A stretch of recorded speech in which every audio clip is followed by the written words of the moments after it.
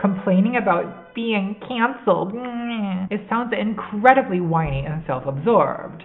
You're just saying this because you think it won't happen to you. Woman! Add a human female! See, you underestimate the fundamental sadness of the human condition. People who study the human condition professionally have had something to say about the fact that our mental health and self-perception relies heavily on our reputation, because that is a strong factor in how we navigate ourselves through society. There's a traumatized part of me that's unironically triggered by watching people cancel her. Maybe part of you understands the deep-rooted need not to be kicked out of the tribe, because prehistorically that would have meant death, and preferably that would have been a punishment reserved for the members of the tribe most harmful to the tribe. So what I want to do in this video is take Joanne's pain seriously and treat her like a complex human being. Listen, you shouldn't have to go out of your way to take somebody else's pain seriously and treat them as a complex human being that might have something to offer to the conversation. This is the bare minimum we should expect from each other, especially since empathy begins to develop in childhood, and this is a useful tool in our day-to-day lives when interacting, especially if we're going to have contentious debates. So, is the author of Harry Potter a bigot? What vice do you most despise? Bigotry. J.K. Rowling said that she can't stand bigotry, and I believe her.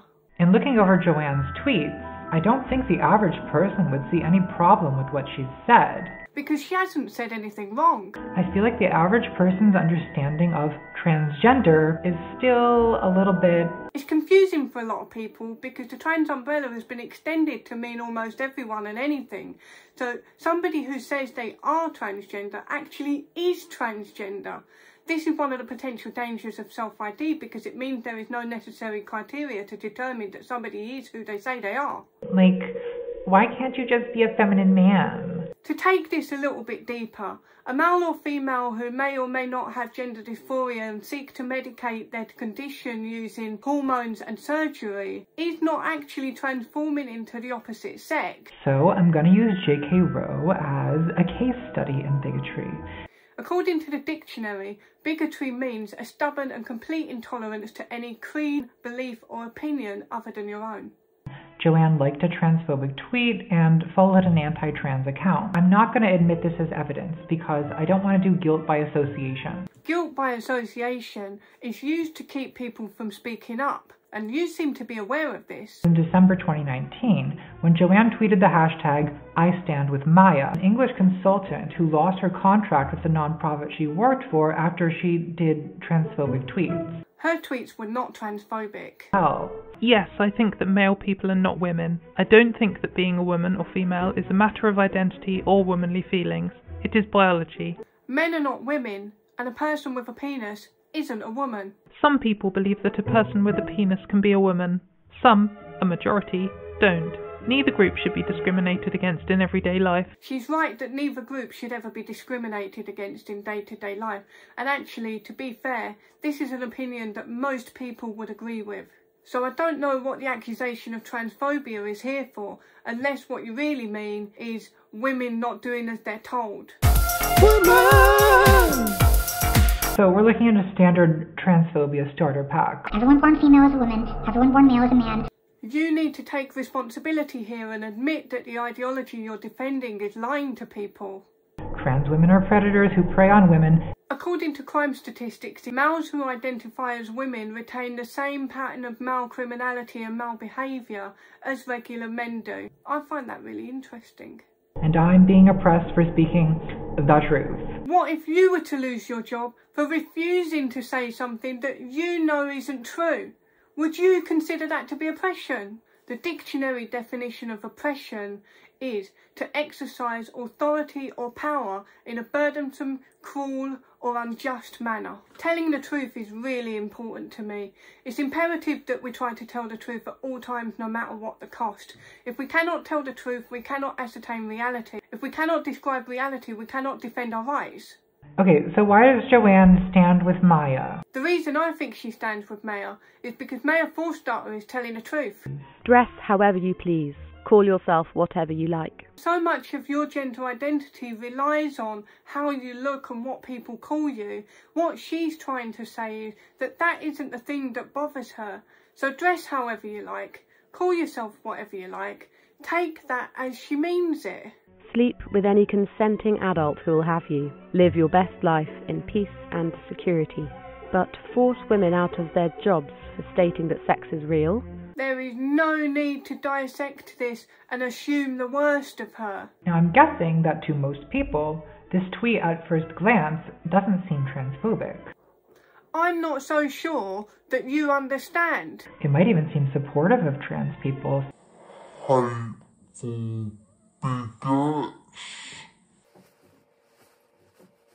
There's a couple things about this that don't sit right with me.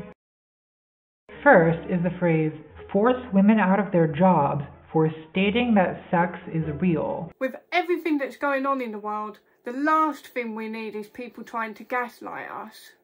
Sex is real is a pretty dishonest summary. I believe that it is impossible to change your sex or to lose your sex. Girls grow up to be women, boys grow up to be men. Everyone born female is a woman, and everyone born male is a man. This is something we all knew until 5 minutes ago. Males who choose to undergo cosmetic surgery and potentially opt to take synthetic hormones in order to alter their physical appearance are still male. No change of clothes or hairstyle, no plastic surgery, no accident or illness, no course of hormones, no force of will or social conditioning, no declaration can turn a female person into a male or a male person into a female. A male person has never turned into a female, and a female person has never turned into a male person. This has never ever happened in the history of humanity. If Joanne had said Maya had been fired for claiming that a person born male could never be a woman and a person born female could never be a man, that would have been more accurate. Fuck's sake. And obviously anti-trans. Sex is real is a euphemism designed to present Maya Forstatter's transphobia as a simple statement of fact. The fact that biological sex is real and immutable is not a euphemism or a dog whistle.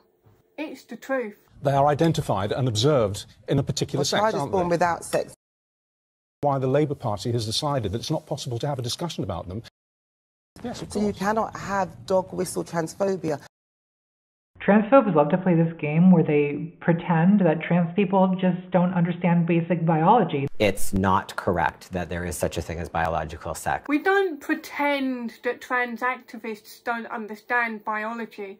We know a lot of them don't. What are we talking about when we talk about sex and gender, and is there something called biological sex? Or at least they're willing to intentionally mislead others into being confused about it. And what does that mean? This idea that the body is either male or female is totally wrong. We know intersex people exist and break down this binary. My body is not the same as a cis woman's body. ContraPoint seems to be also making the claim that there is such thing as a cis woman's body. Sex is real. You will never be a woman, Nathan. Every cell in your body is male and has a Y chromosome. Woman! Add a human female! Really? That's crazy. How'd you learn so much about science? Science has done a lot of cool things. I actually like the Y chromosome. Listen, I'm glad you like your Y chromosome, mate. It's good for you. No trans person thinks it's possible to change chromosomal sex. What people mean when they say that biological sex is real is that chromosomal sex markers actually define whether you're male or female, therefore whether you're a man or a woman. There is no such thing as a male woman or a female man. It's a denial that sex is real. And to pretend otherwise is to argue in bad faith. If no one is trying to deny biological sex, why is it regarded as a hate crime or transphobia to acknowledge biological sex? The only people pushing for this are trans rights activists. A lot of people are going along with this to avoid scrutiny. When we say that someone is a trans man or a trans woman, we're talking about psychological and social identity. If your trans identity is a psychological and social identity, then why do you need to access women's spaces, facilities, and even women's sports if you recognise that you're not actually changing into the opposite sex? So when transphobes say sex is real, they're not actually contradicting anything most trans people believe. The reason that J.K. Rowling and so many other women as well as men feel compelled to take time out of their day to state that biological sex is real is because trans activists and lobbies have been campaigning for legislation that removes biological sex as the marker that determines how we make our laws. Gender identity then replaces biological sex based on the concept that biological sex is a construct, whereas gender identity is in fact innate. It baffles me that we're in this position where we're having to defend reality in this way. When Joanne says, dress however you please, call yourself whatever you like, she's belittling what it actually means to be trans.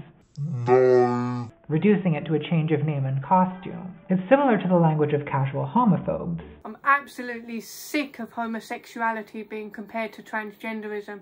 They're not the same thing. A penis and a sausage cannot make a baby. It's just science. I've never heard that before, mate. Why would there be a penis and a sausage? Are you kink shaming? Woman!